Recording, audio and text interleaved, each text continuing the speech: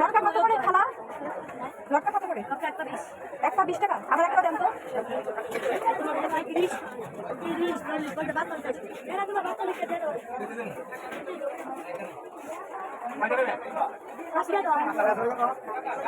একটু ভালো দেখে দিও খালা।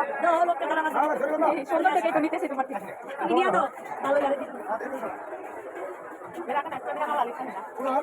আজকে দিদি পাকা লাগতেছে আর মডার্ন লাগতেছে। আমি এটা তোমার আগে